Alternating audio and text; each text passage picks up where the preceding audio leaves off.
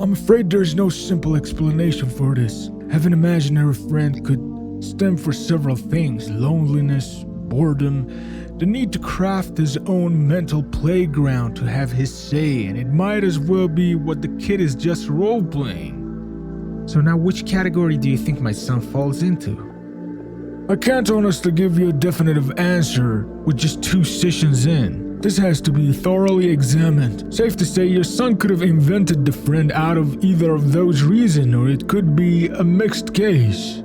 Do you think he'll ultimately have to take medication for it? You don't want our kid to go through that. No, I don't think it'll come to that, at least not early in the treatment. And one other thing, how long do you think this imaginary friend will have to stay with him? You know, this is quite natural. Many kids have imaginary friends, and even in some cases, having one could serve a positive experience. Really? But the friend always encourages our boy to act out in demanding or even destructive ways.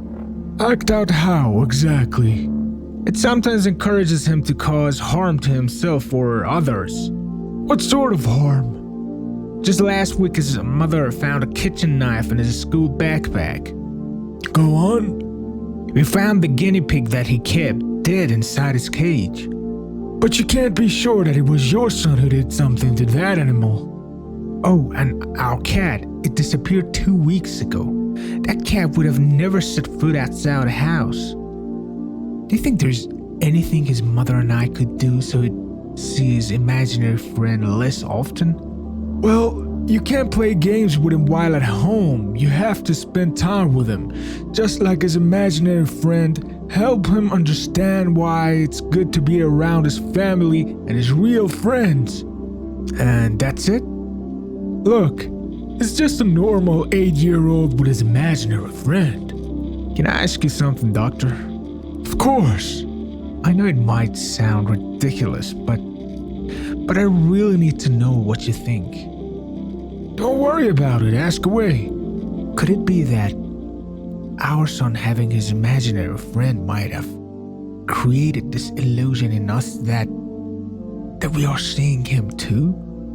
What do you mean? That you're able to see your son's imaginary friend too? Yes, that's right. Well, that doesn't sound like a contagious condition. In fact, it's no disease at all. You mean it's not possible? You actually experience these illusions? The thing is, I do actually see him sometimes. Does your wife see him too? Yes.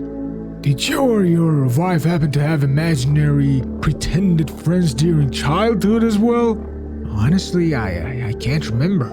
Oh, in that case, it might not actually be a bad idea to refer you to a colleague of mine. I suggest you and your wife visit him for once at least.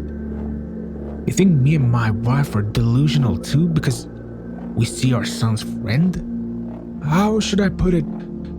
I suppose you've had a difficult day dealing with your son's situation, and it could be that I suggest you definitely to see the specialist I've referred to you with your wife, of course. Oh, absolutely, doctor. I'll give you his business card.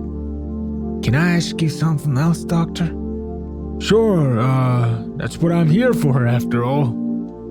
How could this be a delusion when the imaginary friend happens to look the same to the 3 of us?